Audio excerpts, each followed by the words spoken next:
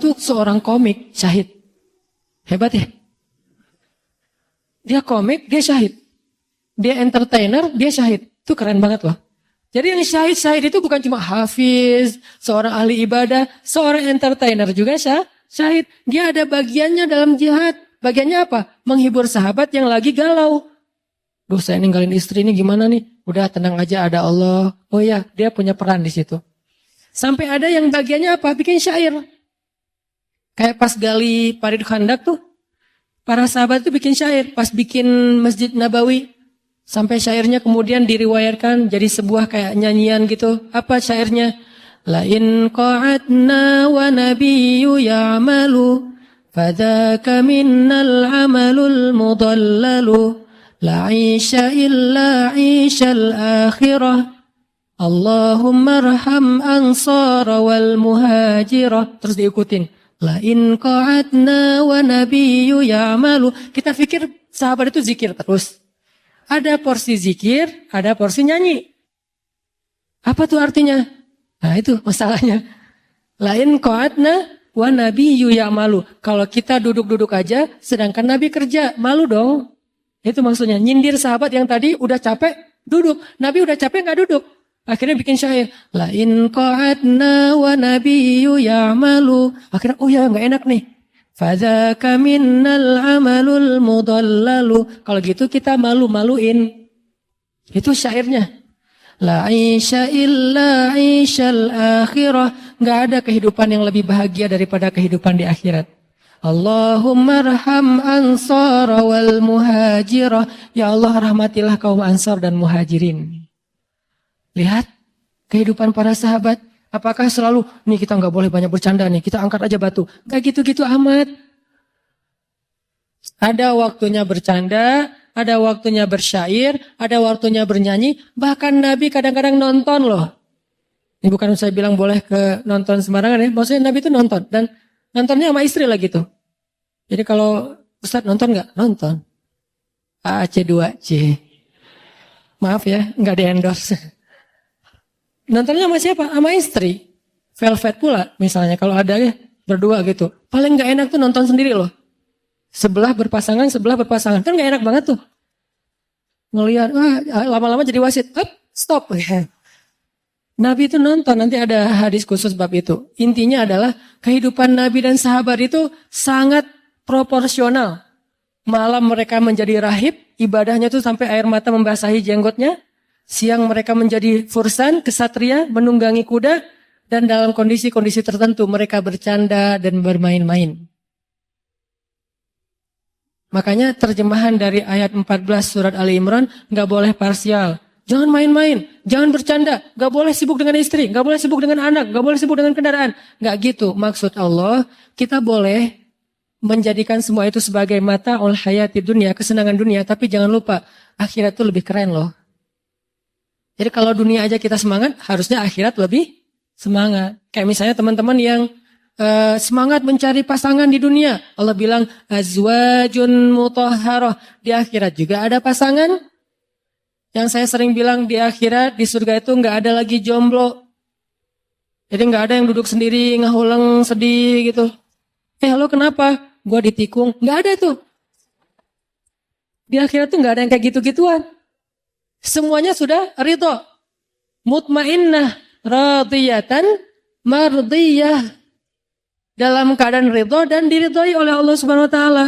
Pasangannya siapa? Yang kita sebut bidadari itu istilah bahasa Indonesia kan? Bahasa Arabnya apa? Azwaj, pasangan bukan bidadari. Siapa azwaj? Bahasa Arabnya apa? Yang solehah ya. Masya Allah. Makmum yang taat sama suami, salat tahajud berdua, suaminya waladhdallin, dia belakang amin. Jadi gak konsen salatnya gitu kan ya? Itu tuh pasangan surga kita. Coba kalau sholat sendiri, waladhdallin, hening, nggak ada yang aminin. Pokoknya nggak enak aja lah, pokoknya sendiri mah. Maaf ya. Saya udah pernah ngerasain itu selama beberapa tahun. Benar emang nggak enak sih. Saya tahu pas saya nikah usia 22 tahun. Pas sudah saya nikah, saya jadi berpikir, tahu gini saya nikahnya 12 tahun. Nggak tahu ternyata luar biasa menikah itu ya. seru-seruan, ketawa-ketawa. Jangan yang dibahas pernikahan itu listrik, air, kontrakan. Jangan. Itu kan cuma sebulan sekali. Bahaslah yang daily itu. Yang daily kan ketawa-ketawa, makan bareng, bercanda. Bercanda aja dapat pahala. Terus nanti dapat pahala lewat baper-baperan. Kok dapat pahala pas baper? Ya memaafkan. Kayak Nabi itu istrinya lagi baper, dibikin ketawa. Kita istri lagi ketawa, dibikin bete. Kebalikan. Orang ada yang lagi ketawa, dibikin bete. Kenapa? Istri orang. Bahaya. Nah, jadi yang pertama adalah berburu. Bisa manah, bisa nembak. Ini lebih ke tafsir sebagian ulama ya. Karena ulama itu ada dua model teman-teman. Biar kita nggak kaku nih. Ada ulama yang memahami Al-Quran dan hadis itu tekstual. Gimana teks aja deh. Kalau kuda ya kuda. Kalau panah ya panah, nggak mau geser. Ini ada ulama yang kayak gini nih. Ada ulama kontekstual. Kalau dulu kuda, sekarang skateboard, BMX, ngetrail, moge, Vespa, kontekstual. Konteks dulu tuh kuda sama onta, konteks sekarang skuter, Vespa, naik Harley misalnya, konteks. Dan ini disebut dengan maqasidus syariah. Apa sih maksud dari syariat? Mesir cenderungnya ke yang kedua nih, modelnya tuh kontekstual, pola pikirnya. Madinah cenderungnya yang pertama, dua-duanya baik. Gak usah saling menyalahkan, terserah kita mana yang paling nyaman kan. Karena saya dulu belajar di Mesir, dibiasakan berpikir dengan persepsi kontekstual, maka kita membiasakan untuk memahami teks supaya bisa relevan dengan konteks kekinian. Modal berpikir ala Mesir. Tapi kan hadisnya, dan bukan terjadi di Mesir, Madinah doang teman-teman. Di zaman sahabat udah ada pola pikir kayak gitu. Ada sahabat yang tekstual, ada sahabat yang kontekstual. Kayak pas Nabi bilang habis perang perang Khandak, Nabi bilang, ayo kita kepung benteng Bani Quraidah. Jangan sholat asar kecuali di Bani Quraidah. Nih kalimatnya, jangan sholat asar kecuali di Bani Quraidah. Akhirnya sahabat beres perang Khandak, berangkat ke Bani Quraidah. Siapa tuh Bani Quraidah? Orang Yahudi yang berkhianat. Mereka lah yang mengompori orang kafir Quraisy untuk nyerang Madinah. Pengkhianat nih. Udah ada perjanjian damai, ternyata mereka ingkari. Mereka langgar. Nabi nyuruh kepung Bani Quraidah supaya mereka mau memperbaiki diri. Jangan sholat asar kecuali di Bani Quraidah. Berangkat sahabat. Di tengah jalan, masuk waktu asar. Terjadi perbedaan pendapat. Sebagian bilang, kita sholat dulu yuk. Soalnya ini udah asar nih, daripada ntar sampai maghrib. Kata yang lain, enggak bisa. Kan kata Nabi jangan sholat asar sampai ke Bani Quraidah. Kata yang pertama, enggak gitu maksud Nabi. Maksud Nabi buruan berangkat. Mudah-mudahan keburu asar di sana. Tapi kalau enggak keburu ya udah asar aja dulu. Kata yang kedua, enggak gitu. Pokoknya gimana teks aja. Terjadilah perbedaan pendapat sahabat. Sebagian sholat asar dulu baru lanjut perjalanan. Sebagian langsung lanjut perjalanan. Pokoknya meeting pointnya di Bani Quraidah aja. Dari sana akhirnya terbelahlah pendapat ulama secara umum menjadi dua model berpikir. Satu kontekstual, satu lagi tekstual. Dua-duanya baik dan kita harusnya husnuzon kepada dua-duanya.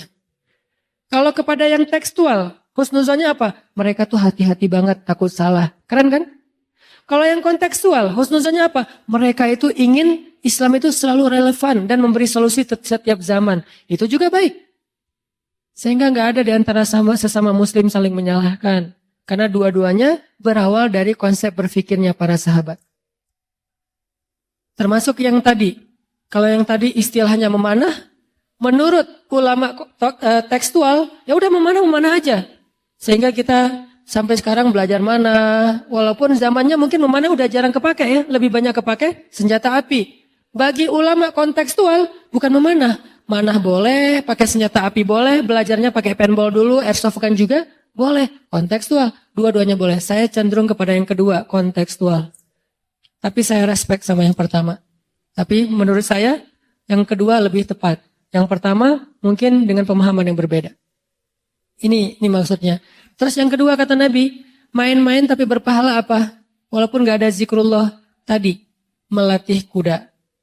Bagi ulama tekstual, kuda ya udah kuda aja, jangan ditafsir-tafsirin. Bagi ulama kontekstual, dulu kuda dan onta, sekarang menjadi kendaraan. Bisa mobil, bisa motor, bisa trail, bisa Vespa, bahkan bisa BMX, dengan niatnya untuk kebaikan. Bayangin kita main BMX misalnya untuk supaya selalu fit, olahraga, badannya kebentuk, itu kan kebaikan kan? Karena mukmin yang kuat lebih disukai Allah daripada mukmin yang lemah, walaupun dua-duanya baik, kata Nabi. Berarti kalau niatnya supaya kuat kan belajar, nggak usah yang ngetrik-ngetrik macam-macam, bunny hop aja, itu udah lumayan berat kan? Kalau menurut saya sih lebih berat daripada ngetrik olinya skateboard, karena itu ngangkatnya lebih luar biasa. Langsung seluruh tubuh itu kebentuk, ototnya langsung jadi tuh. Berarti kalau niatnya mukmin yang kuat lebih baik daripada mukmin yang lemah, walaupun dua-duanya baik, maka main BMX itu adalah ibadah. Hidup anak BMX ya. Main BMX segala macam termasuk skateboard, longboard, downhill, kayak gitu-gitulah. Pokoknya riding aja.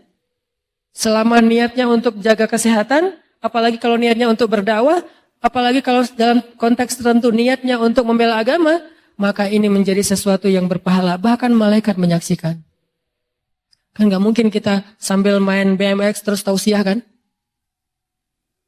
Mau ngetrik, teman-teman yang dirahmati Allah Subhanahu Wa Taala.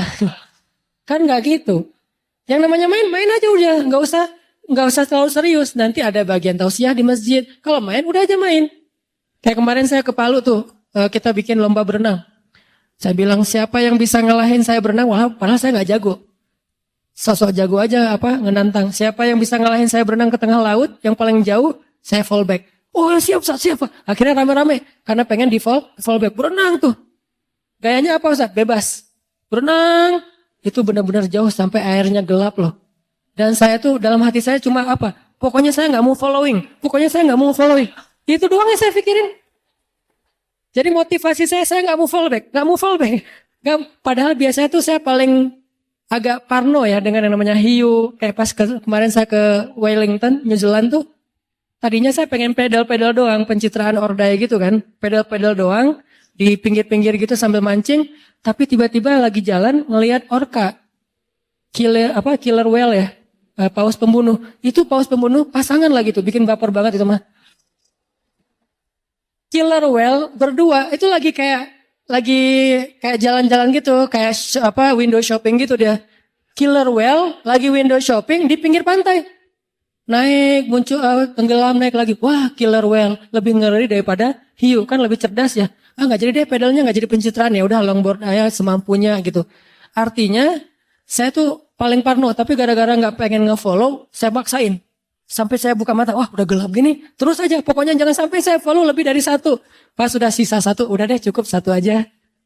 Alhamdulillah ada yang berenangnya tuh hampir 500 meter. Jauh banget ke tengah laut. Nah ini kan main-main ya. Nggak mungkin, Masya Allah, Subhanallah, Astagfirullahaladzim. Kan nggak gitu kan. Karena bab zikir ada bab zikir. Bab berenang.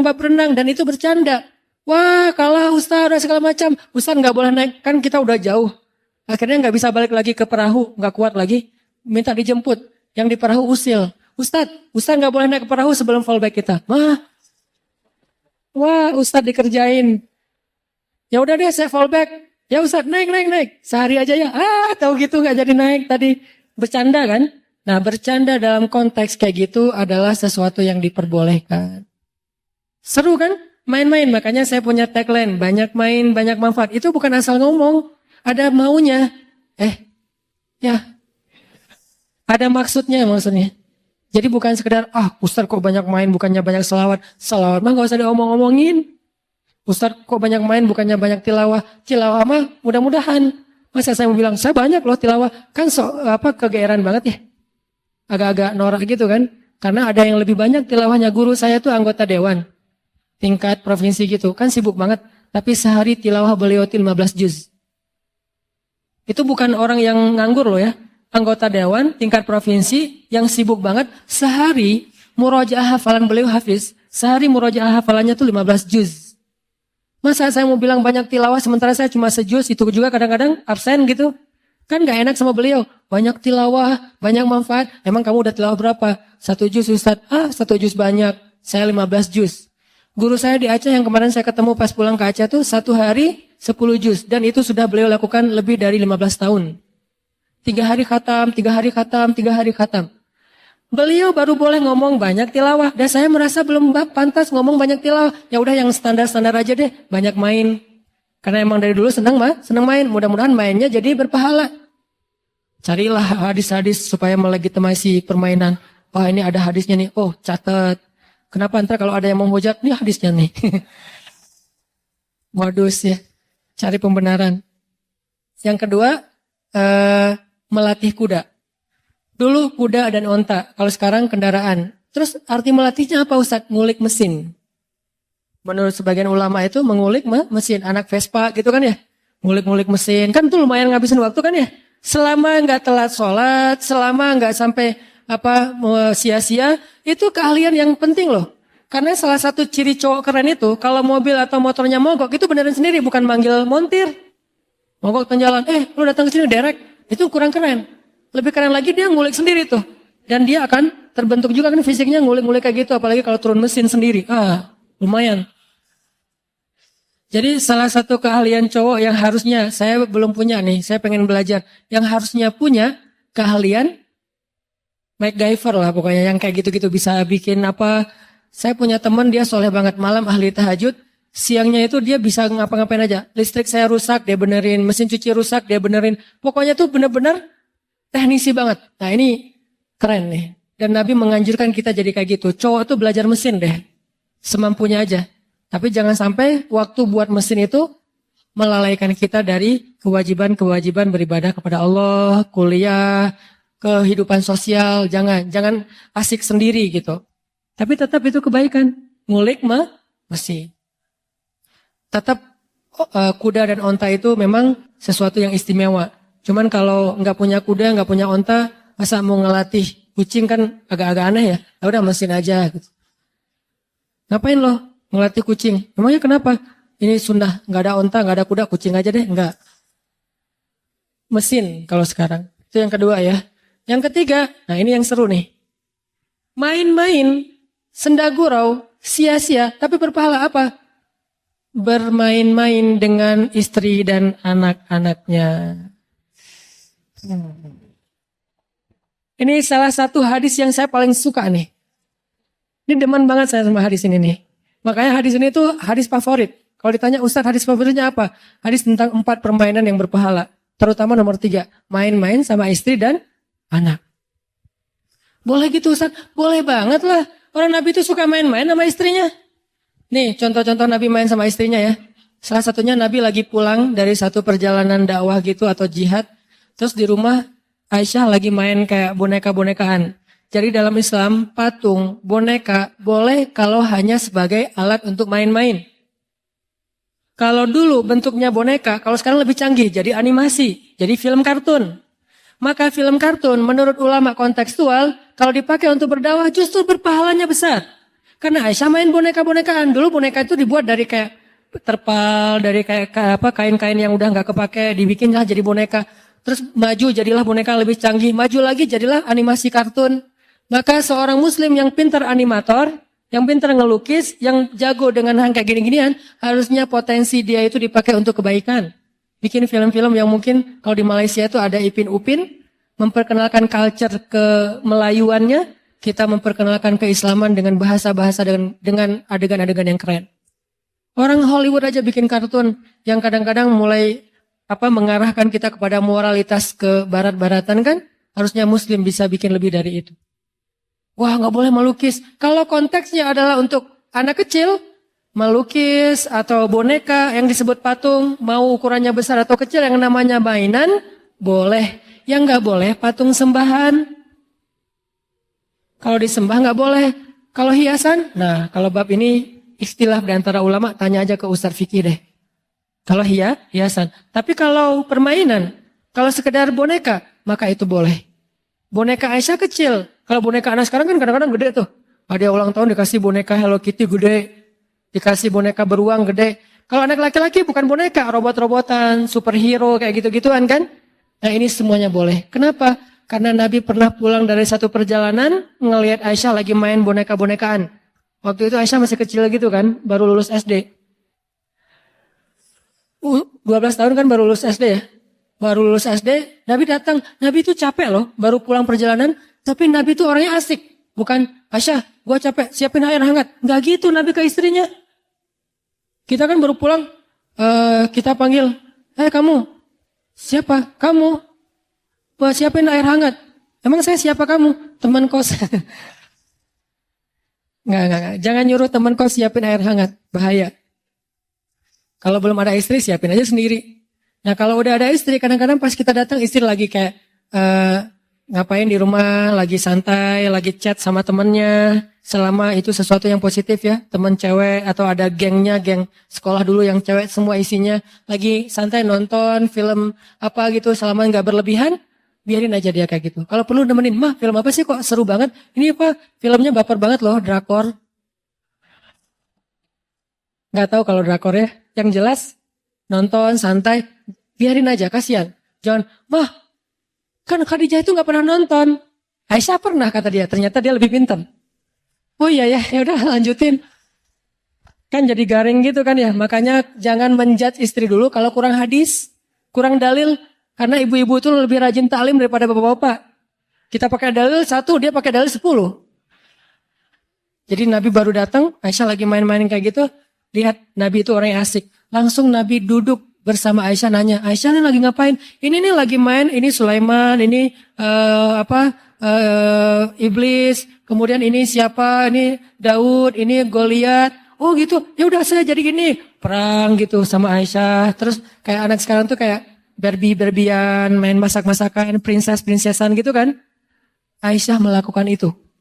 Dan Nabi duduk bersama Aisyah, meladeni Aisyah main, sehingga Aisyah udah beres, baru Nabi mulai melakukan kegiatan-kegiatan yang serius di rumahnya. Mungkin cuci piring atau apa. Nggak ada Nabi datang-datang marah-marah ke istrinya, kamu nih rumah belum beres, suami pulang masa belum disiapin apa-apa. Kan suami itu udah capek berjihad dan segala macam. Enggak, justru kita yang pakai dalil itu. Nabi aja nggak pernah pakai dalil itu. Ini menunjukkan bahwa main dengan pasangan itu sesuatu yang luar biasa. 1, Nabi main sama Aisyah. Yang mana lagi yang Nabi main sama Aisyah yang lain? Nabi itu pernah treadmill sama Aisyah. Treadmill Ustaz? Ya. Cuman treadmill enggak pakai alat treadmill, lari di padang pasir. Kapan? 2 kali lagi tuh. 2 kali bukan berarti Ustaz Dek atau yang yuk kita treadmill. Kan udah 2 kali, Kang. Oh iya ya, sunnahnya cuma 2 kali, gak boleh lebih. Gak gitu maksud Nabi. Kalau Nabi 2 kali bukan berarti kita cuma boleh treadmill seumur hidup 2 kali. Kan Nabi treadmill seumur hidup cuma 2 kali. Bukan angkanya bahwa Nabi melakukan berulang-ulang. Kapan Nabi treadmill? Nih hebatnya Nabi. Treadmillnya lagi jihad. Bukan lagi normal di rumah. Itulah kenapa saya kalau dakwah keluar kota selalu menyisakan 1 hari buat main aja. Saya gak mau cuma ceramah aja.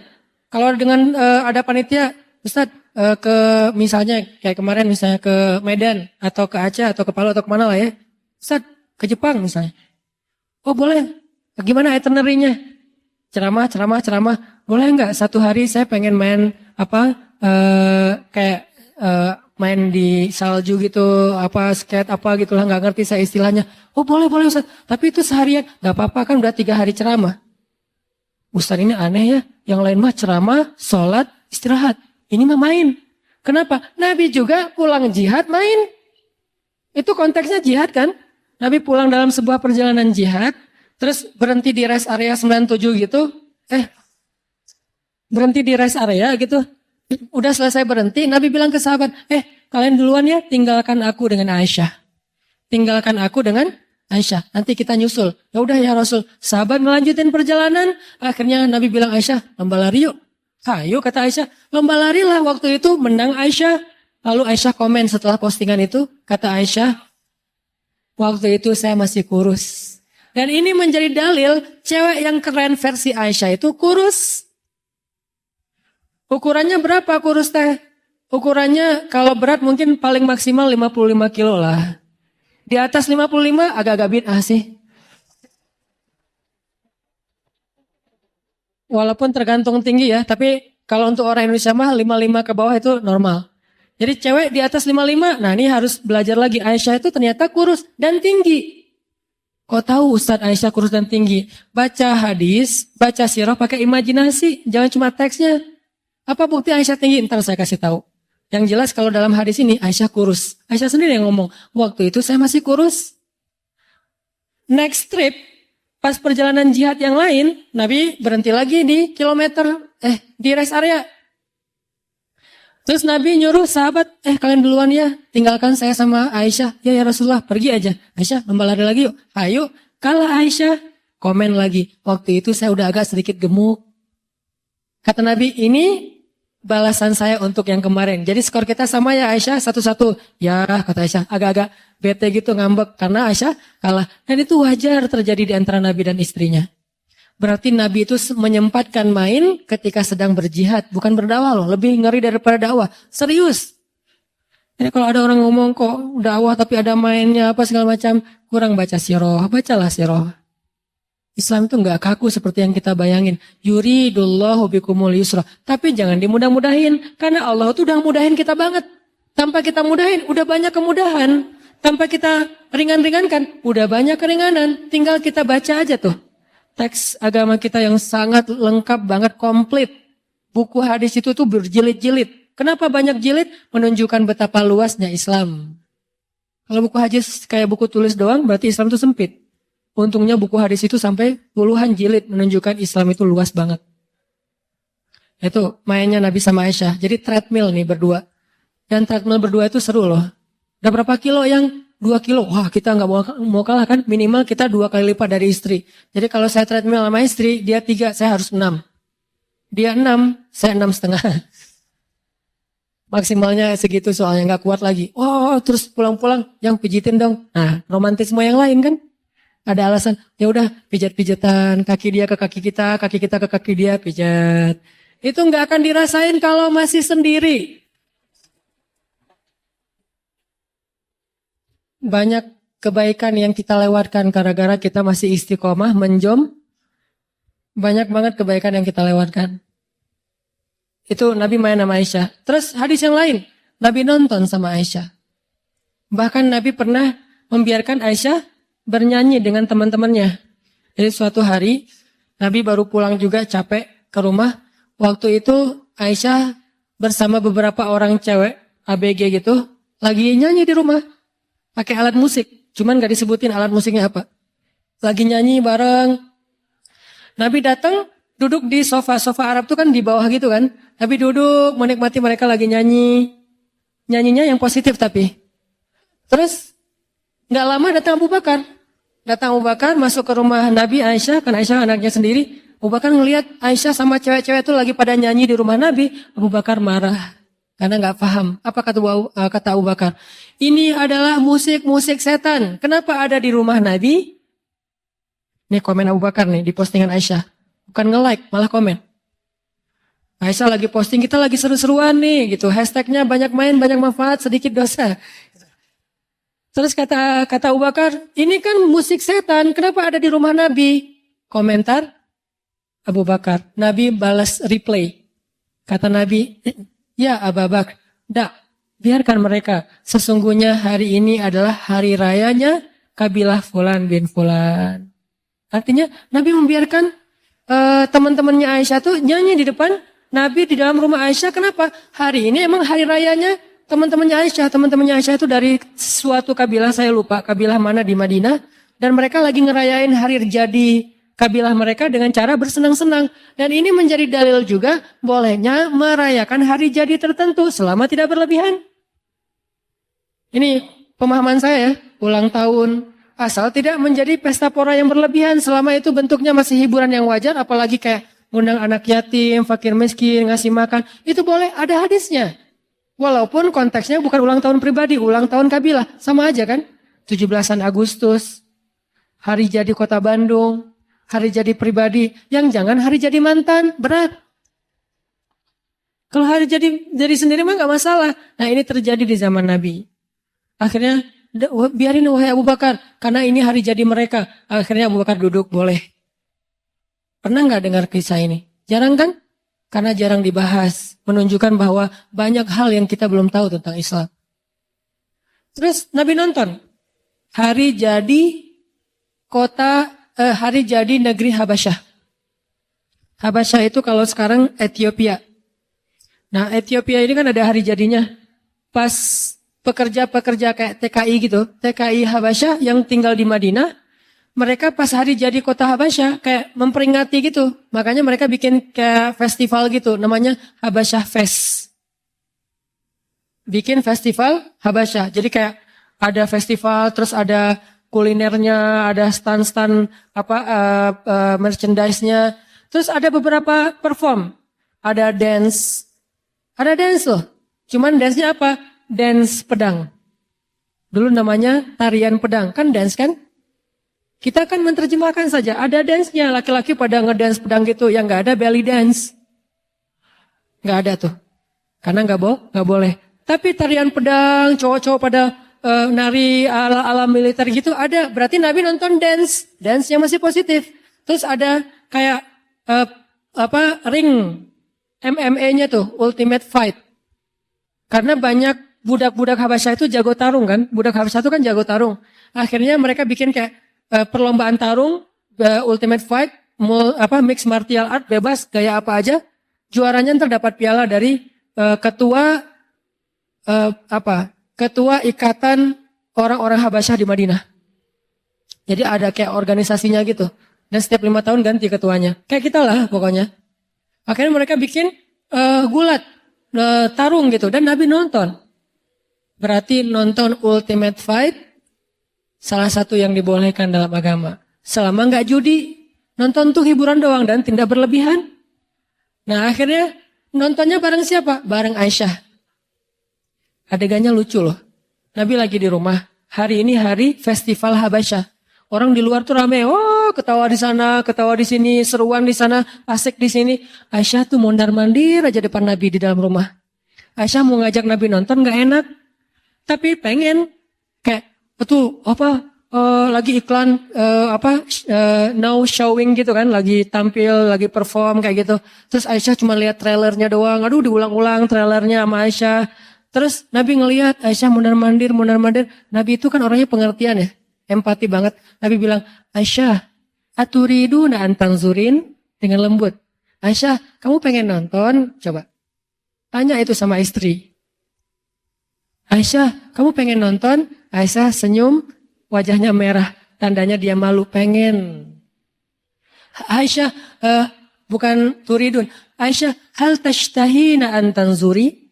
Aisyah, kamu pengen nonton? Kata Nabi. Aisyah ngangguk, terus nunduk, wajahnya merah. Ya udah, ayo kita nonton, kata Nabi. Ayo, pegangan tangan sama Nabi. Pegangan tangan dengan pasangan sunnah. Yang gak punya pasangan, kasihan. Gini aja ya sendiri. Pegangan tangan Nabi sama Aisyah. Nonton nih. Beli tiket, ngantri, terus nonton. Nontonnya gimana? Nabi berdiri, Aisyah di sebelah Nabi. Itu berdirinya tuh dempet loh. Berdiri, nempel. Kemudian Aisyah meletakkan dagunya di atas pundak Nabi. Nabi itu orangnya tinggi. Kalau sampai cewek bisa naruh dagunya di atas pundak Nabi, menunjukkan cewek ini orangnya tinggi. Kurus, tinggi, keren. Itulah Aisyah. Jadi Nabi milih Aisyah juga. Wah, Aisyah ini tinggi ya. Makanya Aisyah tuh pernah menggibah seorang istri Nabi yang pendek kan. Sofia kalau gak salah. Nabi ngapain sih rajin-rajin ke rumah Sofia? Emang kenapa Aisyah? Sofia itu kan gitu kata Aisyah. Karena Aisyah cemburu kepada Sofia. Sofia itu kan cuma beda setahun sama Aisyah. Istri Nabi itu semuanya muda kecuali satu. Siapa yang tua? Saudah. Yang lain semuanya muda. Istri Nabi itu muda-muda. Cuman yang perawan cuma satu, Aisyah. Yang lain gak perawan tapi muda. Berapa usia Sofia ketika dinikahi Nabi? 17 tahun. Baru aja lulus SMA. Waktu itu Aisyah umurnya 16 tahun, cuma terpaut setahun. Makanya Aisyah tuh paling cemburu berat sama Sofia. Udah cantik, muda pula. Dan orangnya tuh asik gitu, seru. Nabi kalau udah ngobrol sama Sofia bisa lama tuh.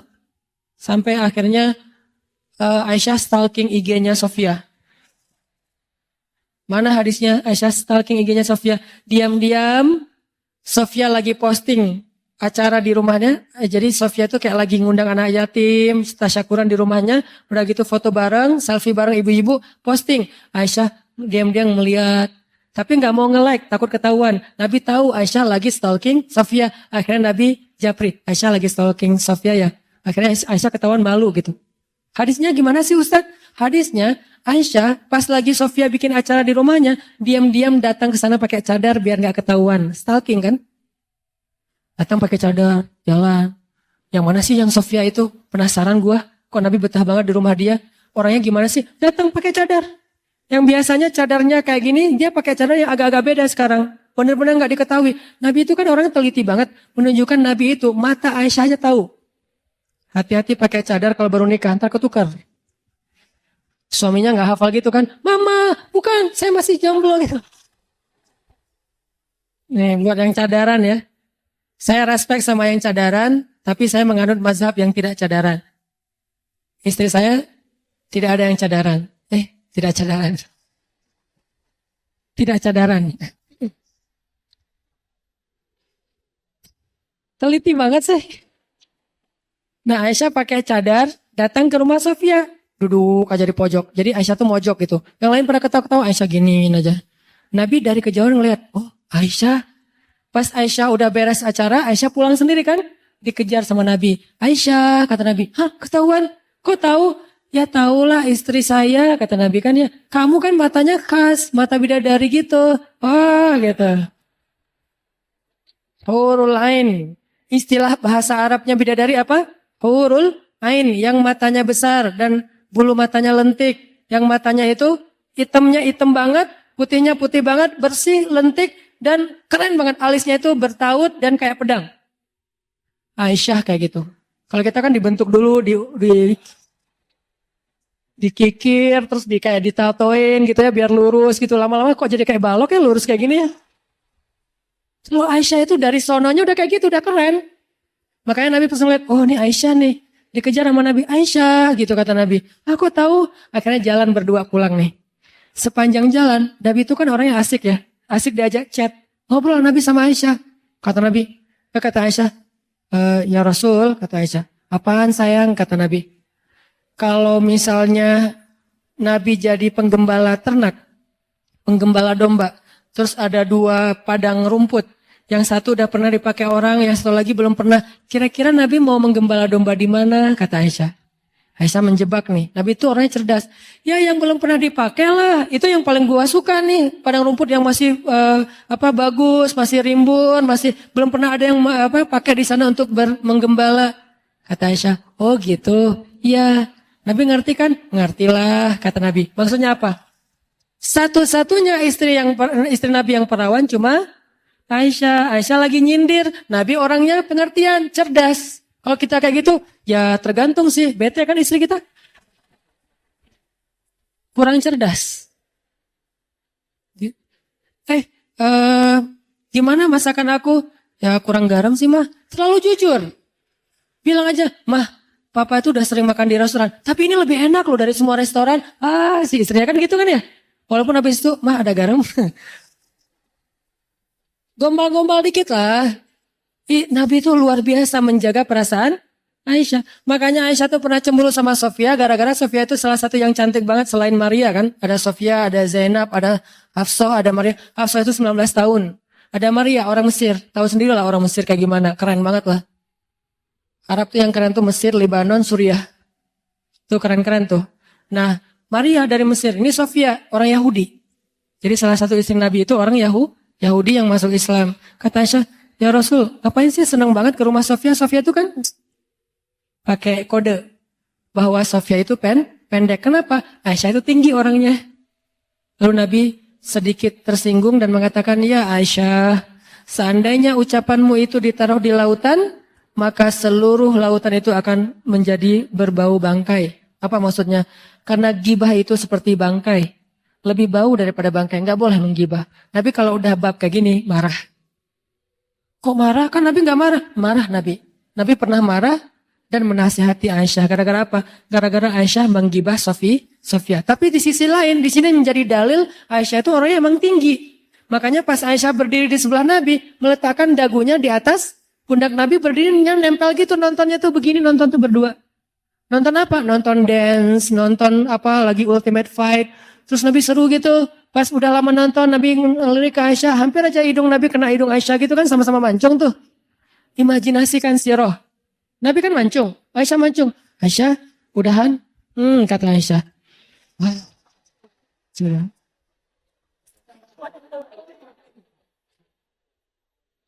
Belum pernah kan kayak gitu? Saya kalau nonton suka gitu. Keluar dulu yuk. Kan belum selesai, ini lagi kayak klimaksnya tuh lagi adegan paling seru, apalagi film-film thriller gitu yang pembunuhan. Oh ya udah. Terus kalau yang horor-horor pembunuhan gitu kan itu paling lebih seru lagi nontonnya. Takut. Cowok banget lah ya. Walaupun kita juga takut. Saya pernah nonton film horor kayak gitu yang thriller-thriller pembunuhan gitu, ternyata yang lebih heboh malah saya. Dia, gitu banget sih. Iya, aku orang yang lembut. Agak-agak kurang keren sih waktu itu saya mah. Lama-lama kita nonton itu lagi, enggak, lo kurang asik kalau nonton film horor. Enggak, kali ini gua mau jadi cowok sejati. Nonton kayak tren tebusan. Kan itu horor banget ya, zombie-zombian gitulah. Pas ada yang muncul zombinya, saya yang loncat duluan. Sama aja udahlah, apalagi pakai 3D gitu kayak gitu-gitu. Nah, Nabi itu nonton seru, terus Aisyah taruh, tenang banget tuh Aisyah. Aisyah udahan, masih kayak gitu sampai 3 kali. Aisyah udahan ya, udah kelamaan, ya udah pulang. Pas pulang Aisyah komen lagi di postingan itu. Apa kata Aisyah? Sebetulnya gua tuh bukan lagi nonton, gua tuh lagi posting ke orang-orang betapa mesranya saya dengan Rasulullah SAW. Ini menunjukkan bermesraan di tempat umum adalah sunnah. Selama tidak berlebihan dan halal ya.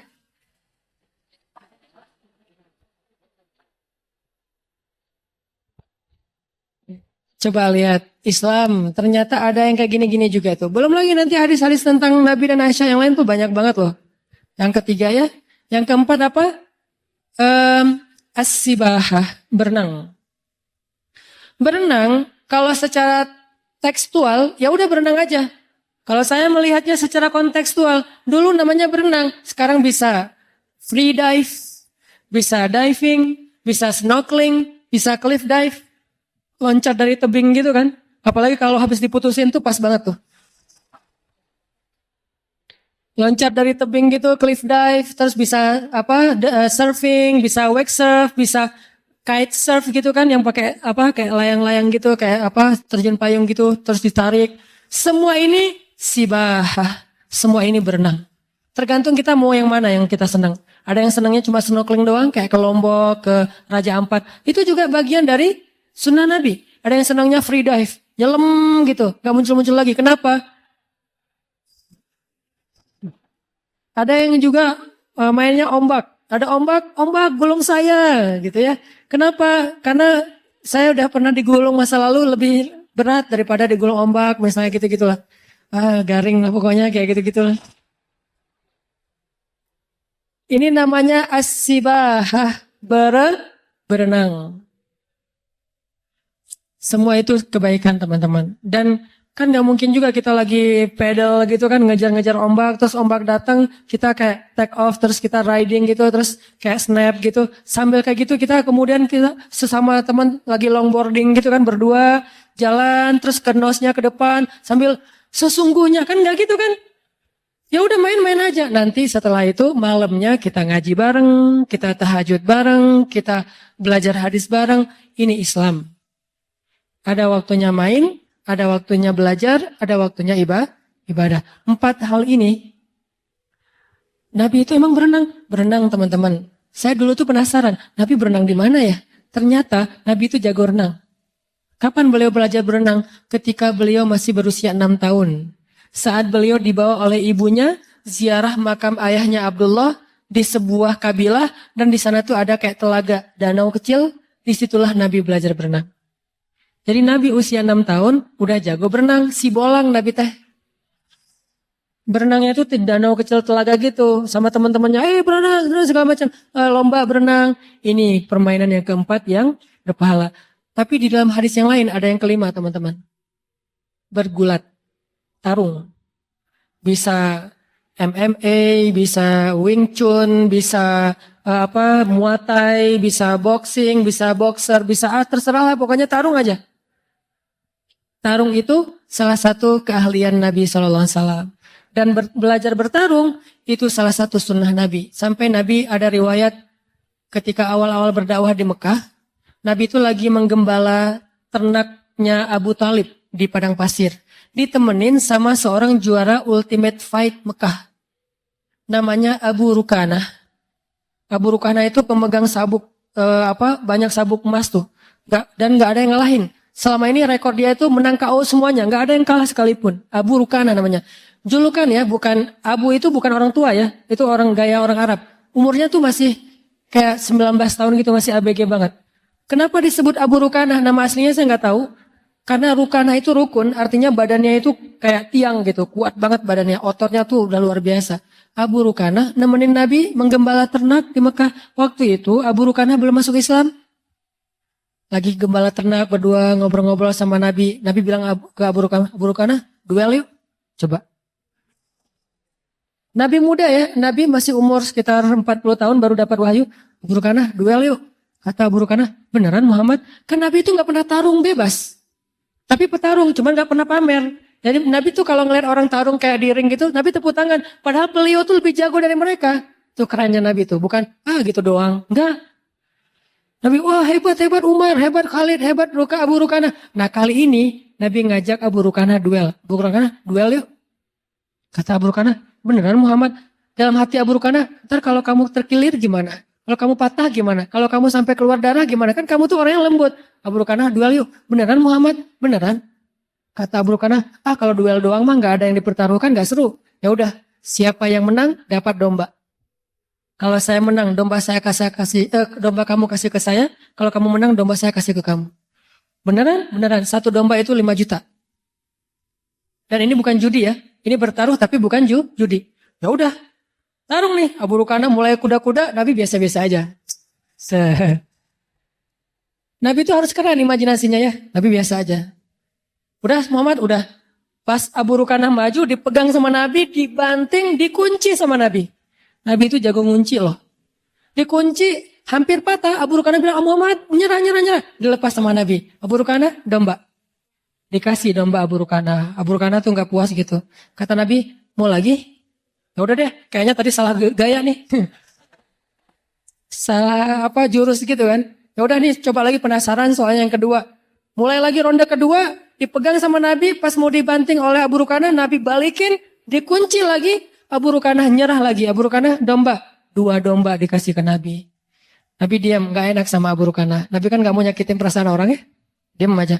Kata Abu Rukanah, Muhammad, sekali lagi aja. Masih penasaran saya nih, kok kamu bisa gitu sih Muhammad? Perasaan selama ini kamu tuh gak pernah masuk acara Ultimate Fight atau tarung bebas di mana? Saya lihat di TV One kamu gak pernah muncul. Abu Rukanah. Ya udah kata Nabi, ayo. Tarung lagi, kalah lagi Abu Rukanah sampai 3 kali berturut-turut. Langsung dikunci di ronde pertama, di menit, bahkan belum 1 menit udah habis Abu Rukanah nyerah, kasih 3 dombanya. Udah gitu Abu Rukanah ngelihat sekeliling gitu. Kata Abu Rukanah, Muhammad ada yang ngelihat gak tarungan kita? Gak ada, emang kenapa? Soalnya selama ini orang Arab taunya saya tuh petarung paling hebat. Juara bertahan, gak ada yang bisa ngalahin saya. Masa kalah sama orang kayak kamu Muhammad? Abu Rukanah, Nabi senyum-senyum aja. Udah gak apa-apa, nama kamu tetap terjaga kok. Saya gak akan ngomong-ngomong kalau saya ngalahin kamu. Cie. Terus Abu Rukanah kayak cemberut gitu. Kata Nabi, kenapa lagi Abu Rukanah? Saya bingung nih. Gimana saya pulang kalau kambing saya udah berkurang 3?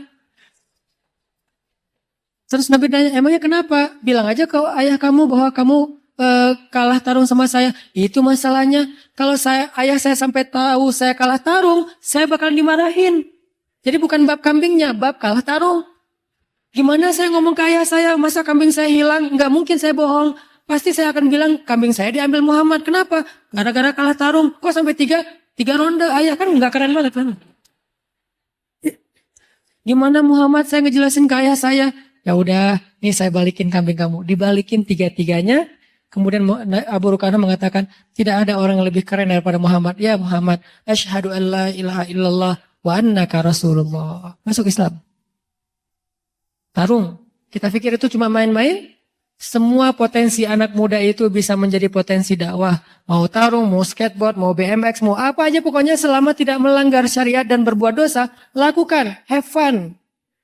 Udah hidup nikmatin aja hidup kalian. Yang penting waktu hayya 'alas shalah simpan sebentar, salat dulu.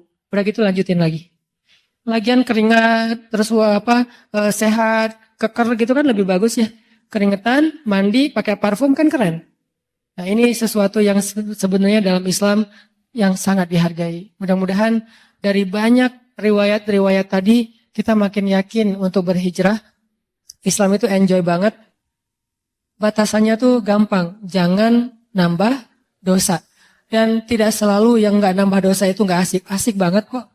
Tetap fun insya Allah. Itu aja yang bisa saya sampaikan. Mudah-mudahan Allah merahmati majelis kita, menambah iman kita, memperbaiki akhlak kita, dan memperbaiki amal-amal kita.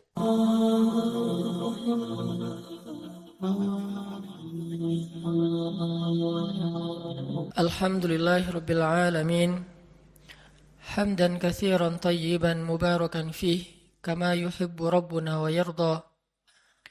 Ashhadu an la ilaha illallah wahdahu la syarika lah. Wa ashhadu anna Muhammadan abduhu wa rasuluhu la nabiyya ba'dah. Allahumma salli wa sallim wa barik ala Sayyidina Muhammadin kama dzakarahu dzakirun al-akhyar. Wa salli wa sallim wa barik ala Sayyidina Muhammadin makhtalafa al-lail wan nahar. Wa salli wa sallim wa barik ala Sayyidina wa habibina wa maulana Muhammadin wa ala al-muhajirin wal ansar. Ibadallah, usikum wa nafsi bitaqwallah. Wa tazawwadu fa inna khairaz zadi taqwa. Inna akramakum indallahi atqakum. Fattaqullaha mastata'tum. Wa laqad qala Allah Ta'ala fil Qur'anil Karim. A'udzu billahi minasy syaithanir rajim. Ya ayyuhalladzina amanu ittaqullaha haqqa tuqatih. Wala tamutunna illa wa antum muslimun. Jamaah Jumat yang dirahmati Allah Subhanahu wa taala.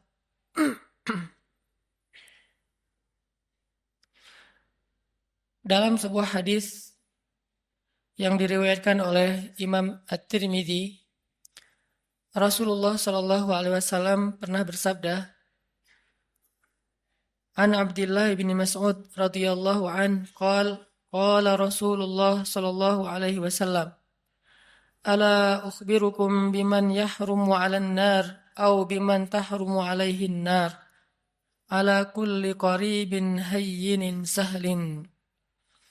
Dari Abdullah bin Mas'ud radhiyallahu an, ia berkata, Rasulullah sallallahu alaihi wasallam bersabda, Maukah kalian aku beritahu orang-orang yang tidak akan disentuh oleh api neraka, atau orang yang tidak akan masuk ke dalam api neraka? Mereka adalah setiap orang yang memiliki sifat qaribin hayyinin sahlin. Hadis riwayat At-Tirmidzi. Dalam riwayat yang lain disebutkan ala kulli hayyinin layyinin qaribin sahlin. Orang yang memiliki 4 sifat, yaitu sifat hayyin, sifat layyin, sifat qaribin, dan sifat sahlin. Shadaqa Rasulullah sallallahu alaihi wasallam. Jamaah yang dirahmati Allah, ada 4 sifat yang kita bisa ambil di dalam beberapa hadis tadi. Sifat yang sangat diistimewakan oleh Allah Subhanahu wa taala pada diri seorang hamba. Bahkan Nabi SAW sampai memberikan jaminan, siapapun yang memiliki 4 sifat ini, tahrumu alaihin nar. Api neraka tidak akan membakarnya, atau dia tidak akan mungkin masuk ke dalam api neraka. Sifat yang pertama adalah sifat hayyin. Kalau kita membaca di dalam Al-Quran, di antara ayat yang menjelaskan tentang sifat hayyin ini adalah surat Al-Furqan ayat 63. Allah Subhanahu wa taala berfirman, A'udzu billahi minasy syaithanir rajim. Bismillahirrahmanirrahim. وعباد الرحمن وعباد الرحمن الذين يمشون على الأرض هونا وإذا خاطبهم الجاهلون قالوا سلاما. Sadaqallahul Azim. Di antara ciri hamba Allah yang dicintai oleh Allah yang Maha Rahman adalah yamshuna 'alal ardi hauna. Orang yang berjalan di muka bumi dalam keadaan haunan atau hayyinan. Haunan atau hayyinan, para ulama menerjemahkan adalah orang yang memiliki sifat tawadhu, rendah hati. Dan sifat rendah hati ini adalah sifat dasarnya seorang hamba. Bahkan kalau kita memberi judul terhadap ayat yang pertama turun kepada Nabi SAW, maka ayat yang pertama turun kepada Nabi itu ada dua judul atau dua tema besar. Tema yang pertama adalah tentang kebesaran Allah, dan tema yang kedua adalah tentang kehinaan seorang hamba. Itulah ayat yang pertama turun kepada Nabi. Iqra bismi rabbikal ladzi khalaq. Ini ayat tentang kebesaran Allah. Khalaqal insan min 'alaq. Ini tentang kerendahan makhluk. Atau Iqra wa rabbukal akram. Allah yang maha mulia. Alladzi 'allama bil qalam. Yang maha tahu segala sesuatu dan mengajarkan ilmu kepada manusia. 'Allamal insan ma lam ya'lam. Mengajarkan kepada manusia apa yang sama sekali mereka tidak tahu. Jadi kalau kita mau ngasih judul terhadap ayat atau wahyu yang pertama turun kepada Nabi SAW, ternyata yang berhubungan dengan makhluk, ayat yang pertama turun itu adalah ayat tentang tawadhu, ayat tentang rendah hati. Rendah diri bahkan di hadapan Allah dan rendah hati di hadapan makhluk. Karena ini adalah sifat dasarnya seorang hamba. Tidak mungkin disebut hamba ketika dia meninggikan diri, menganggap dirinya mulia, menganggap dirinya di atas, menganggap dirinya tinggi. Karena dasarnya seorang hamba itu adalah rendah. Sehingga ketika seorang hamba meletakkan dirinya pada status yang Allah telah tempatkan dia, baru Allah akan memuliakan dia. Tidaklah seseorang bersedekah kecuali hartanya akan bertambah, dan tidaklah seseorang merendahkan dirinya kecuali Allah akan mengangkat derajatnya. Tapi sebaliknya, ketika seorang hamba menempatkan dirinya di posisi yang lebih tinggi, maka Allah akan menjatuhkan dia sebagaimana Allah menjatuhkan iblis. Ana khairum min, saya lebih baik daripada dia, kata iblis. Maka sejak saat itu iblis diusir dari surga dan dikutuk untuk selama-lamanya. Sifat rendah hati, bahkan rendah diri di hadapan Allah Subhanahu wa taala adalah identitas aslinya makhluk. Identitas aslinya hamba. Dan inilah ciri hamba yang dicintai Allah Subhanahu wa taala. Hayyin. Kalau kita belajar kepada Rasulullah sallallahu alaihi wasallam, di antara contoh-contoh bagaimana Nabi menunjukkan hayyinan, sifat tawadhu, rendah hatinya beliau kepada sesama, adalah kisah ketika Nabi sallallahu alaihi wasallam duduk di antara sahabat-sahabat Ahlu Sufah. Ahlu Sufah itu adalah istilah untuk segolongan sahabat yang miskin. Yang mereka makan roti dari bahan yang kasar. Rotinya itu kasar dan keras, sehingga kalau ingin dimakan, roti itu harus direndam dulu dengan air baru bisa dimakan. Saking kasar dan kerasnya roti ini. Dan dalam bahasa Arab, ini diistilahkan dengan qadid. Ketika Nabi duduk di antara para sahabat miskin, lalu mereka menghidangkan roti-roti yang keras di hadapan Nabi. Lalu mereka merasa tidak enak hati karena malu kepada Rasulullah. Menganggap Rasulullah tidak pantas makan roti seperti yang mereka makan. Apa kata Nabi? Sesungguhnya saya adalah anak seorang perempuan yang biasa makan qadid. Sesungguhnya saya adalah anak seorang perempuan yang biasa makan qadid. Nabi ingin menempatkan dirinya sama dengan yang lain, sehingga yang lain tidak merasa canggung kepada beliau. Dan beliau mengatakan, saya sudah biasa makan makanan seperti ini dari dulu juga. Jadi kita sama. Akhirnya para sahabat merasa nyaman makan bersama Rasulullah SAW. Ini namanya hayyin. Tidak mencari perbedaan, tidak menganggap dirinya tidak pantas atau tidak level dengan orang lain, tetapi justru merendahkan diri sehingga menjadi sama dengan orang lain. Bahkan dalam riwayat yang lain yang mungkin ceritanya juga cukup terkenal, walaupun ulama memberikan judul yang berbeda-beda terhadap kisah ini, adalah kisah ketika Nabi bertemu dengan sekelompok penggembala ternak. Dan di Arab pada masa itu, yang menggembala ternak rata-rata bukan menggembala ternak pribadinya, bukan miliknya. Biasanya milik orang kaya, digembalai oleh orang-orang miskin. Sama kayak Nabi dulu pernah menggembala ternak-ternak orang Mekah, bukan ternak beliau sendiri. Ketika Nabi duduk di antara para penggembala, maka Nabi menyampaikan, tidaklah Allah mengutus seorang Nabi kecuali mereka pernah menggembala ternak. Kenapa Nabi mengatakan ini? Mungkin ada ulama yang memberi judul hadis ini dengan judul tentang karakter building, tentang leadership. Tetapi jangan lupa bahwa angle lain dari kisah ini adalah sesungguhnya Nabi mencari persamaan antara beliau dengan orang di sekelilingnya. Bahwa beliau mengatakan, tidaklah Allah mengutus seorang Nabi kecuali pernah menggembala ternak. Seolah-olah menggembala ternak itu adalah pekerjaan yang mulia.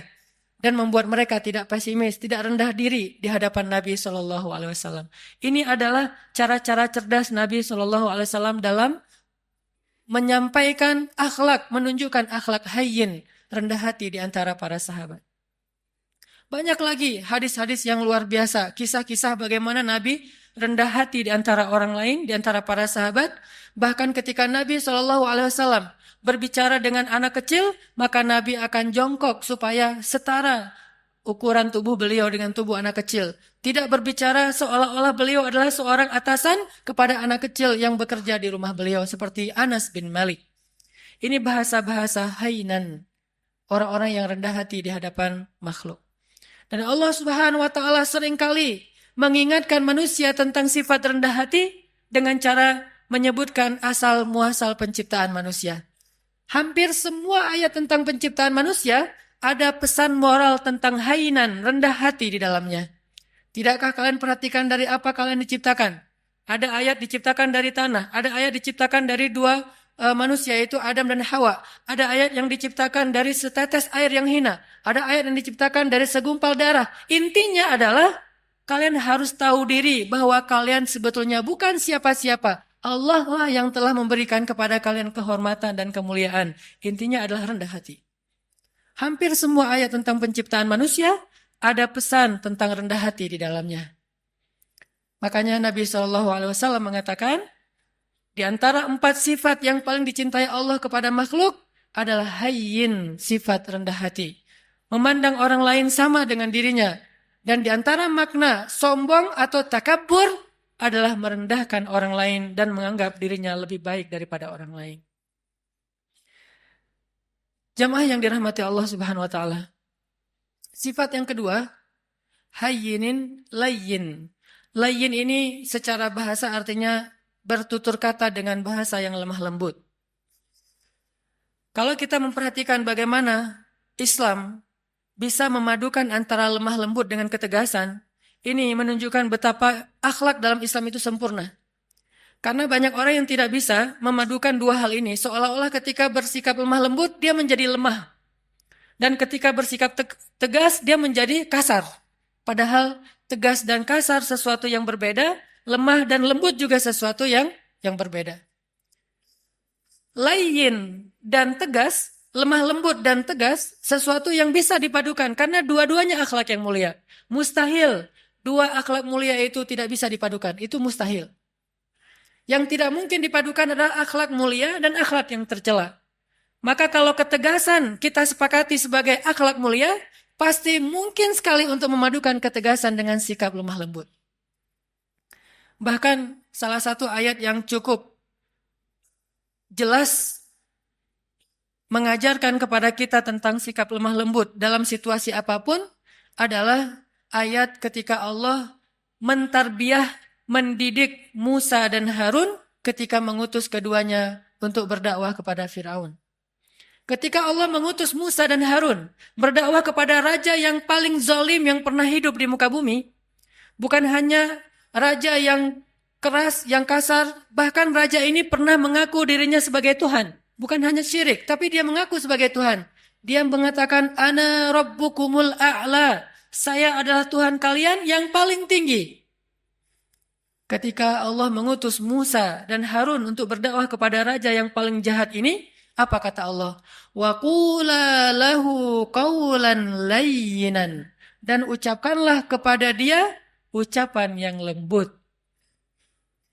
Sebelum Musa disuruh untuk merevolusi Fir'aun, maka Musa diperintahkan lebih dulu untuk qula lahu qawlan layyinan. Kenapa Allah katakan demikian? Karena Allah tahu karakter hambanya yang bernama Musa.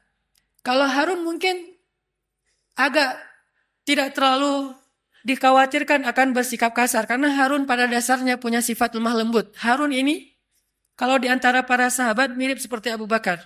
Sedangkan Musa mirip seperti Umar. Memang terkenal dengan kerasnya terhadap kebatilan. Sehingga sebelum Musa bersikap keras atau tegas kepada Fir'aun, maka Allah memberi dia briefing, memberi dia nasihat, qula lahu qawlan layyinan. Katakanlah kalian berdua kepada dia ucapan yang lemah lembut. Dan perhatikan juga kisah Ibrahim ketika berdakwah kepada ayahnya. Begitu ayahnya marah-marah kepada Ibrahim, bahkan mengancam akan merajam Ibrahim, apa kata Ibrahim? Qala salamun alaik, sa'astaghfiru laka rabbi, innahu kana bi hafiyya. Kata Ibrahim, salam. Nggak apa-apa wahai ayah, aku akan minta ampun untukmu kepada Tuhanku. Sesungguhnya Tuhanku sangat baik kepadaku. Qawlan layyinan, sebelum kalimat-kalimat yang lain. Bahkan Nabi SAW bersabda, sesungguhnya Allah itu maha lembut dan mencintai kelembutan. Dan Allah akan memberikan kebaikan melalui jalan yang lembut yang tidak diberikan dengan cara-cara yang kasar. Maka muncullah salah satu kisah yang cukup fenomenal dalam kehidupan Nabi tentang sifat lemah lembut adalah adegan ketika ada seorang laki-laki Badui buang air kecil di dalam Masjid Nabawi. Ini masjid tersuci nomor 3 di dunia bagi kaum muslimin. Setelah Makkah, nomor 2 bahkan setelah Makkah, kemudian Nabawi, kemudian Masjidil Aqsa. Ada orang Badui, dan orang Badui ini dalam istilah Arab disebut A'rabi, orang yang tidak berpendidikan baik, orang yang belum paham Islam, bahkan belum masuk Islam. Dia ngelihat ada kayak tembok gitu, dia buang air kecil di situ. Lalu para sahabat berdiri ingin memarahi dia. Nabi mengatakan, tunggu, biarkan dia, jangan sakiti dia. Karena kalau dia ditahan atau dicegah, itu akan menyakiti dia, udah terlanjur. Maka biarkan dia, jangan sakiti dia. Setelah dia selesai dengan hajatnya, maka Nabi kemudian ingin mengambil air, tetapi para sahabat mendahului beliau dan membersihkan kotoran laki-laki tadi. Setelah selesai, Nabi memanggil dia, lalu mengajak dia berbicara baik-baik.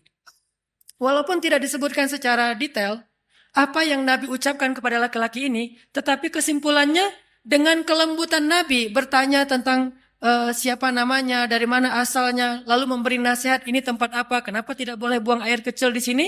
Setelah Nabi menasihatinya baik-baik, akhirnya dia kemudian masuk Islam. Dan setelah dia masuk Islam, dia berdoa kepada Allah, ya Allah, rahmatilah saya dan juga Rasulullah SAW, yang lain jangan. Sampai dia berdoa seperti itu. Rahmati saya dan Rasulullah saja, yang lain jangan. Karena dia sebel sama yang lain. Sama Rasul dia cinta. Kemudian Nabi tersenyum dan mengatakan, kalau berdoa jangan berdoa seperti itu. Doakanlah kebaikan buat semuanya. Baru dia katakan, ya Allah rahmati saya, rahmati Rasulullah, rahmati kami semuanya. Sikap lemah lembut. Termasuk juga ada seorang laki-laki di zaman Nabi yang seringkali merencanakan untuk membunuh Nabi SAW. Sampai suatu ketika dia berhasil ditangkap oleh para sahabat, dibawa ke Madinah. Sampai di Madinah, Nabi menyuruh sahabat untuk mengikat dia di salah satu tiang masjid. Jadi dulu masjid juga berfungsi sebagai penjara darurat. Dia diikat di tiang masjid. Setiap kali Nabi datang ke masjid, Nabi tersenyum kepada dia dan bertanya, bagaimana kabarmu? Awalnya dia marah. Udah tahu diikat, nanya kabar. Terus Nabi datang lagi, dia ditanya, gimana kabarmu hari ini? Gimana kabarmu hari ini? Terus Nabi bertanya. Intinya Nabi menyapa dia, walaupun dia musuh. Dan ternyata lama-kelamaan, dengan sapaan Nabi yang lembut, tulus, dan senyum Nabi yang luar biasa, akhirnya dia menjawab, baik wahai Muhammad. Bagaimana kabarmu? Baik wahai Muhammad. Lalu Nabi mengatakan, lepaskan ikatan dia. Setelah dilepaskan ikatannya, Nabi bertanya kepada dia, menurutmu apa yang harus kami lakukan kepadamu?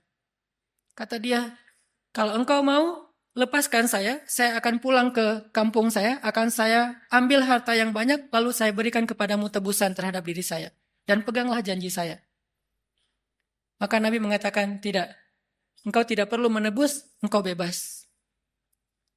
Dia mengatakan, saya bebas? Ya, tapi kalau kamu ingin kembali ke negerimu, mandilah terlebih dahulu. Dia disuruh mandi. Setelah dia selesai mandi, dia diajarkan cara berwudu.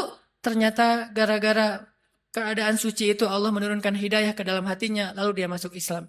Setelah dia masuk Islam, dia ketemu dengan Rasulullah, dia mengatakan, sungguh dulu engkau adalah orang yang paling saya benci, maka sekarang engkau adalah orang yang paling saya cintai.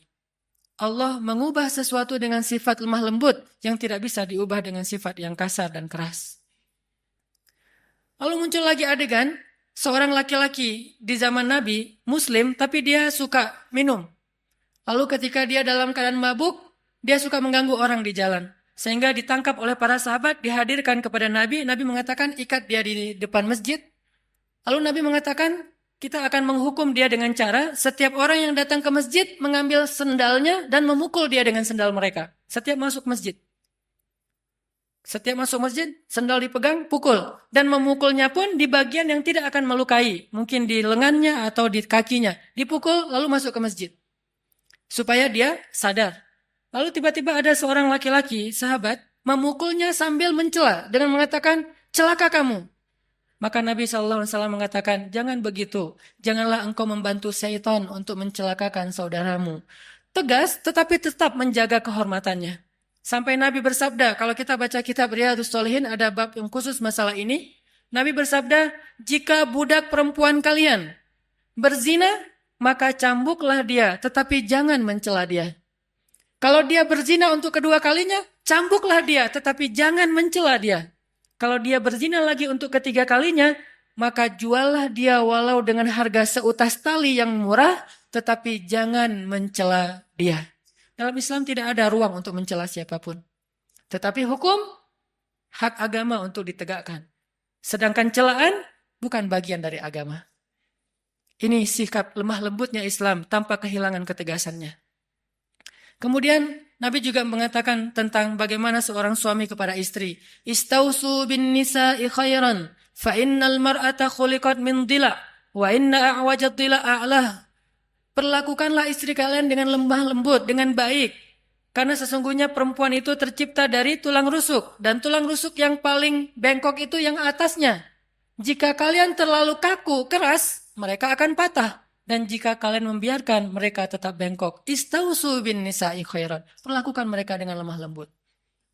Ini diantara banyak sekali riwayat-riwayat tentang pentingnya sifat lemah lembut, walaupun bukan berarti tidak ada ketegasan sama sekali. Yang ketiga, setelah hayyinin, rendah hati, layyinin, lemah lembut, ada sahlin.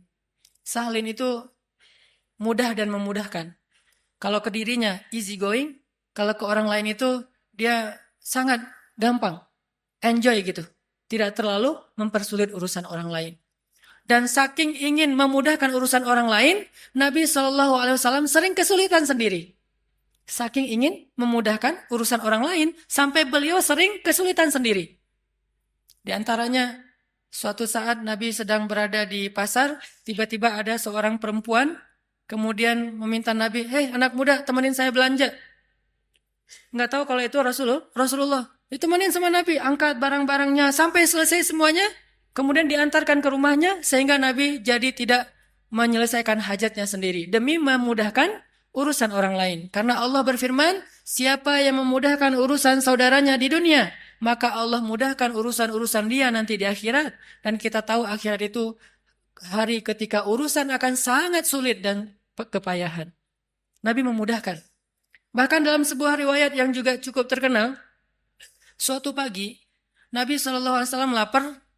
Kemudian beliau datang ke dapur istrinya, membuka-buka, kalau bahasa kita mungkin membuka panci gitu, ingin mencari makanan apa di dapur. Ternyata hari itu Aisyah belum memasak apa-apa. Sehingga Nabi ketika lagi buka-buka panci di dapur, tiba-tiba Aisyah muncul. Nabi tidak ingin mempersulit Aisyah, sehingga tiba-tiba Nabi mengatakan, ya Aisyah, hari ini saya berpuasa. Sehingga Aisyah otomatis mengatakan, oh ya sudah kalau gitu sekalian, memang saya hari ini tidak memasak. Bukankah puasa sunnah boleh niat belakangan dengan syarat belum makan apa-apa? Akhirnya Nabi yang tadinya niat tidak puasa, gara-gara tidak ada makanan dan tiba-tiba Aisyah muncul. Dan kalau Nabi sampai ketahuan lagi buka-buka panci, nanti Aisyah terpaksa harus belanja, masak segala macam.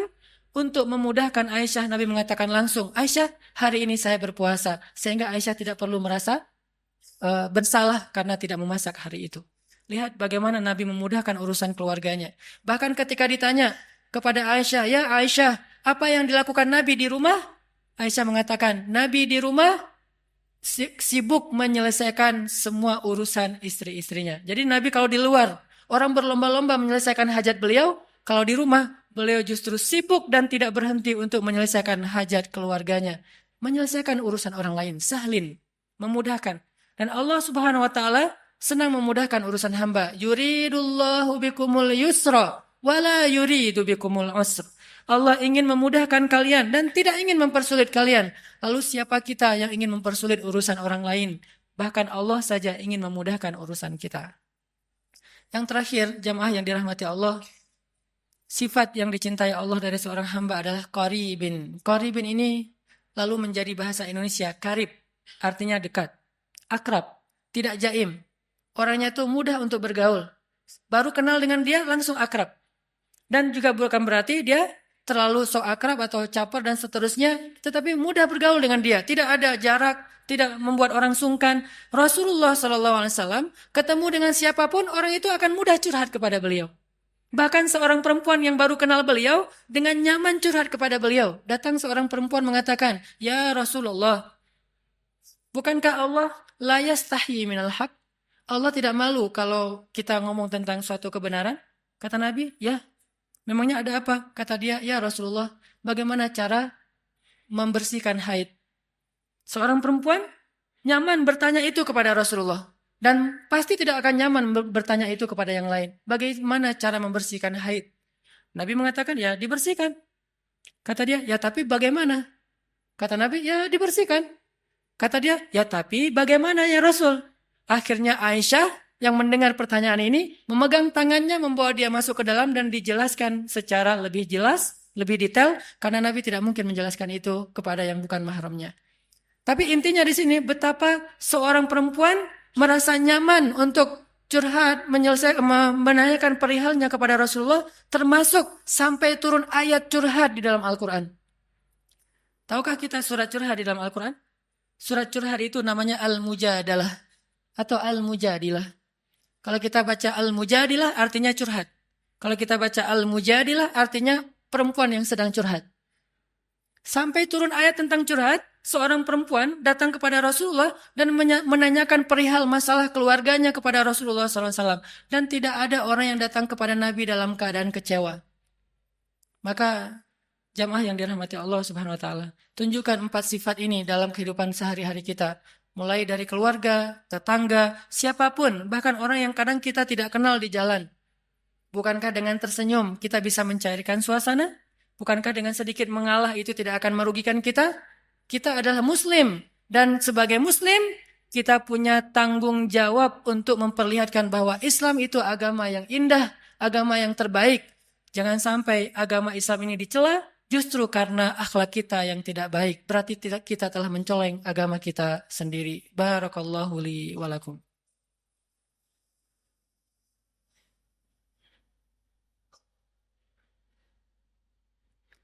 Alhamdulillahirabbil alamin.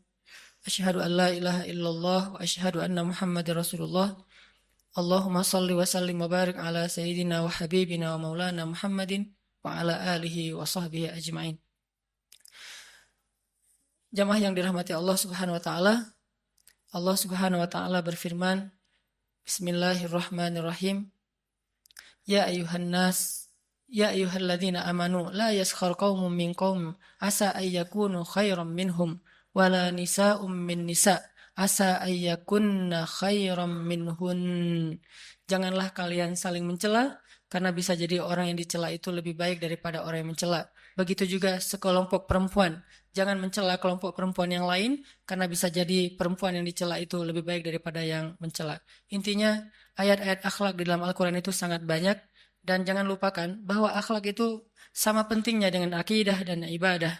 Dan bukan berarti mengambil akhlak membuang akidah dan ibadah. Atau sebaliknya, mengambil akidah dan ibadah saja tapi mengabaikan akhlak. Islam adalah sebuah kesatuan. Memahami Islam itu harus kafah. Udkhulu fis silmi kafah. Masuklah kalian ke dalam agama ini secara utuh. Utuh artinya tidak mengambil sebagian ayat dan membuang sebagian yang lain. Mengambil satu sunnah dan membuang sunnah yang lain. Mengambil satu syariat dan membuang syariat yang lain. Maka siapapun yang membeda-bedakan antara satu ayat dengan ayat yang lain, satu sunnah dengan sunnah yang lain, satu syariat dengan syariat yang lain, sungguh dia tidak beriman kepada Allah Subhanahu wa taala. Yukhadi'un Allah walladzina amanu wama yakhda'una illa anfusahum. Mudah-mudahan kita bisa mengamalkan ayat dan hadis-hadis tentang akhlak ini dalam kehidupan kita, dan Allah Subhanahu wa taala memberikan apa yang dijanjikan kepada kita, yaitu terhindar dari api neraka. Terakhir, marilah kita sama-sama berdoa, dan saya selalu berharap kaum muslimin di seluruh dunia, hari Jumat adalah yaumud du'a, hari diijabahnya doa. Maka bantulah saudara-saudara kita di Suriah, di Palestina, di Rohingya, di seluruh dunia, termasuk mungkin yang di Indonesia seperti di Aceh dan di seluruh Indonesia. Bantulah mereka dengan doa. Mudah-mudahan doa-doa kita akan meringankan urusan-urusan mereka dan akan mendatangkan pertolongan Allah Subhanahu wa taala kepada mereka. Bismillahirrahmanirrahim. Allahumma ighfir lana walil muslimin. Allahumma ighfir lana waliwalidayna warhamhuma kama rabbayana sighara. Allahumma inna nas'aluka al-huda wat-tuqa wal-'afafa wal-ghina. اللهم أعنا على ذكرك وشكرك وحسن عبادتك. ربنا آتنا من لدنك رحمة وهيئ لنا من أمرنا رشدا واجعل لنا من كل ضيق مخرجا ومن كل هم فرجا ومن كل عسر يسرا. اللهم انصر الإسلام والمسلمين. اللهم انصر المسلمين في فلسطين. اللهم انصر المسلمين في سوريا. اللهم انصر المسلمين في العراق. اللهم انصر المسلمين المستضعفين المظلومين في رهينيا. اللهم انصر دعوتنا يا الله. اللهم اشف صدور المسلمين يا الله. اللهم اجعل بلدنا هذا إندونيسيا بلدا آمنا بلدا آمنا بلدا آمنا وارزق أهله من الثمرات من آمن منهم يا رزاق. ربنا هب لنا من أزواجنا وذرياتنا قرة أعين واجعلنا للمتقين إماما. Ya Allah, ya Arhamar Rahimin, ampunkanlah dosa-dosa kami ya Allah, maafkanlah kesalahan kami ya Allah. Ya Arhamar Rahimin, anugerahkanlah kepada bangsa kami ini pemimpin-pemimpin yang taat kepadamu dan adil kepada manusia. Berilah petunjuk-Mu kepada pemimpin-pemimpin kami, dan bimbinglah ulama-ulama kami. Berilah hidayah-Mu kepada pemuda-pemuda Islam di Indonesia, dan bangkitkanlah Islam di tangan-tangan para pemudanya. Berikanlah kepada kami keluarga-keluarga yang menjadi penyejuk mata kami, dan jadikanlah kami imam dalam ketakwaan. Ya Arhamar Rahimin, bantulah saudara-saudara kami di seluruh dunia, saudara-saudara kami di Palestina, di Suriah, di Irak, di Myanmar, di Yaman, di Mesir, dan di seluruh dunia ya Allah. Bantulah saudara-saudara kami di Nanggro Aceh Darussalam, dan kuatkanlah kesabaran mereka. Hindarkanlah negeri ini dari malapetaka dan musibah-musibah yang akan mengambil dan menyakiti urusan dan menyulitkan urusan kaum muslimin. Ya Arhamar Rahimin, satukanlah barisan kaum muslimin, satukanlah hati kaum muslimin. Engkaulah yang menggenggam hati hambamu, tidak ada daya dan upaya kecuali dengan kebesaranmu, ya Allah. Ya Arhamar Rahimin, jadikanlah kami termasuk di antara orang-orang yang menolong agamamu. Jangan engkau biarkan kami menjadi orang yang hanya duduk berpangku tangan dan membiarkan agamamu dalam keadaan terlunta-lunta. Ya Arhamar Rahimin, selamatkanlah kami di dunia dan di akhirat. Jauhkan kami dari azab kubur. Berikanlah kepada kami husnul khatimah. Rabbana atina fid dunya hasanah wa fil akhirati hasanah wa qina adzabannar. Qulu qawli hadza wastaghfirullah li wa lakum innahu huwal ghafurur rahim.